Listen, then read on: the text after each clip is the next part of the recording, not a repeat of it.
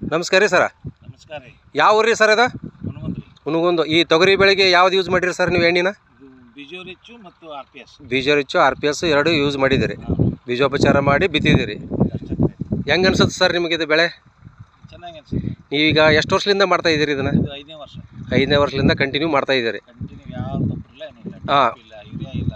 ಹಾಂ, ಇದು ಆರ್ಗ್ಯಾನಿಕ್ ಮೇಲೆ. ಓನ್ಲಿ RPS ಮೇಲೇ ನೀವು ಬೆಳೆ ತೆಗಿತಾ ಇದ್ದೀರಿ. ಹೌದೌದು. ಈ ಇಳುವರಿ ಹೆಂಗೆ ಬರ್ತಾ ಇದ್ದೀರಿ ಸರ್ ನಿಮಗಿದು? ಇದು ತೊಗರಿದಂತ ನನಗೆ ಇನ್ನ ಫಸ್ಟ್ ಈಗ ಇದು ತೊಗರಿ ಹಾಕಿ. ತೊಗರಿ ಬರೀ ಕಡ್ಲಿ ಹಾಕಿದ್ದು ನಮ್ದು. ಹ್ಞೂ, ಈ ಕಡ್ಲಿನ ಚೆನ್ನಾಗಿ ಬರುತ್ತೆ. ಈಗ ಇದು ತೊಗರಿ ಹಾಕಿ.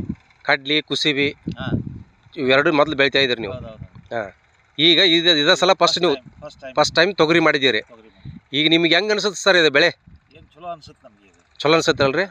ಈಗ 70 ದಿವಸ ಆಯ್ತು. 70 ದಿವಸದ ಐತ್ರಿ ಈಗ. ಹಾಂ, 70. ನೋಡಿರಿ 70 ದಿವಸದಂದು ಯಾವ ನಮೂನಿ ಬೆಳೆದತ್ತೆ ನೋಡಿರಿ ಸರ್ ಈಗ ಇದು. ಹ್ಞೂ, ನೋಡಿರಿ ಇದು ಚೆನ್ನಾಗಿ ಬಂದಿದೆ. ಹುನಗುಂದದಲ್ಲಿ ಭೀಮನಗೌಡ ದಾದ್ಮಿಯವರ ಹೊಲ ಇದು. ಹುನಗುಂದ ತಾಲೂಕು, ಬಾಗಲಕೋಟೆ ಜಿಲ್ಲಾ.